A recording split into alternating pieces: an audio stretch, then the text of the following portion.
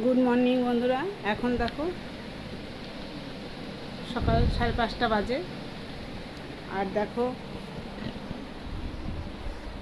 আমার সোনাদের দেখো সব জেগে গেছে, আমার সঙ্গে সবাই জেগে গেছে, জেগেছে তো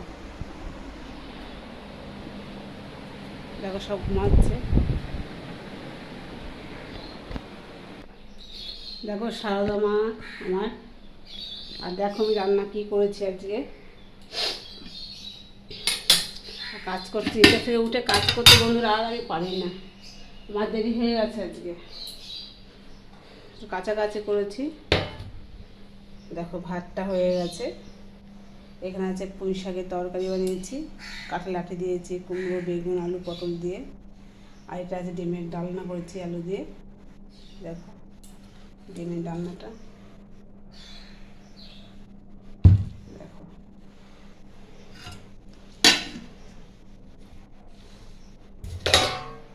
আর এখানে আমার ছেলে মেয়েদের দুধ জাল দিচ্ছি।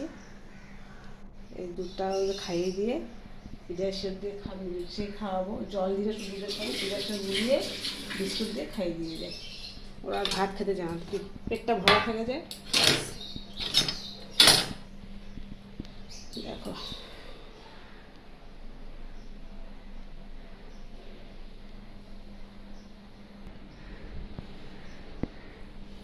দেখো এইটা আমার আর একটা রান্নাঘর। এই ঘরে আমার ফ্রিজ আছে, সব আছে। তবে এইটা আমি ব্যবহার করি না, পুজো আসতে হলে তখনই আমি ব্যবহার করি। আমার আলাদা গ্যাস ওভেন সবই ঠিকঠাক থাকে এইটা এখানে। আর দেখো বাইরের পরিবেশটা।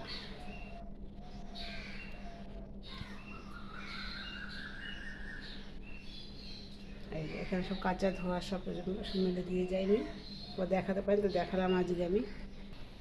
এখন ওদের উঠাবো আমি, ওদের পড়া আছে শনিবার, স্কুল হয়তো যাবে না।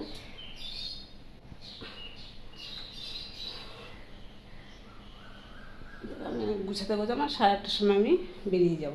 সাইকেল নিয়ে যাই আমি, সাইকেল চালিয়ে যেতে হয়, অনেকটা দূরে যাই। ঠিক আছে বন্ধুরা, রাখি। তবে ভালো লাগলে লাইক করবে, শেয়ার করবে, কমেন্ট করবে, সাবস্ক্রাইবটা করে দেবেন, পাশে থেকে আমাকে সাপোর্ট করো তোমরা সবাই মিলে। রাখছি বন্ধুরা, ঠিক আছে।